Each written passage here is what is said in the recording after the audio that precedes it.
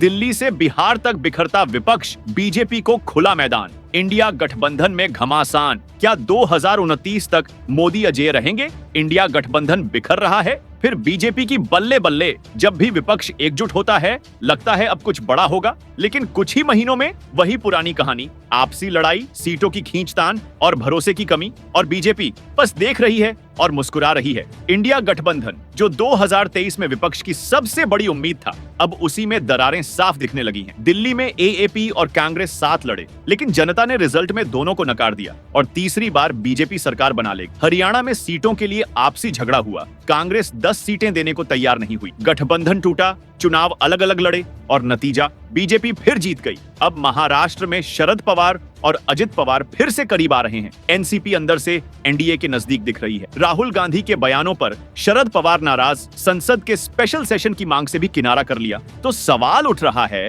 क्या पवार साहब एनडीए में लौटेंगे? जम्मू कश्मीर में कांग्रेस जीत के बाद भी सरकार से बाहर रही, क्योंकि जीत असल में नेशनल कॉन्फ्रेंस की थी और उमर अब्दुल्ला ने खुलकर कांग्रेस को दरकिनार कर दी। इतना ही नहीं, अब उमर का राष्ट्रवादी रुख बीजेपी के करीब लगने लगा है। झारखंड में हेमंत सोरेन चुप हैं, केरल में कांग्रेस और लेफ्ट आमने सामने हैं। यानी जो गठबंधन दिल्ली में मंच पर एक साथ बैठता है, वो जमीन पर एक दूसरे के खिलाफ लड़ रहा है। और अब सबसे बड़ा इम्तिहान आने वाला है बिहार, बंगाल और उत्तर प्रदेश में। यहाँ सीट बंटवारे को लेकर घमासान होना तय है। तेजस्वी यादव, अखिलेश यादव, ममता बनर्जी और राहुल गांधी, क्या सब मिल पाएंगे या फिर एक बार फिर बीजेपी को मिल जाएगा विपक्ष की आपसी फूट का फायदा? इंडिया गठबंधन बिखर रहा है और बीजेपी को फिर मिल रहा है फ्री का वोट। अब फैसला जनता को करना है, विपक्ष को मौका मिले या फिर एक बार फिर मोदी की वापसी। Subscribe now and press the bell icon.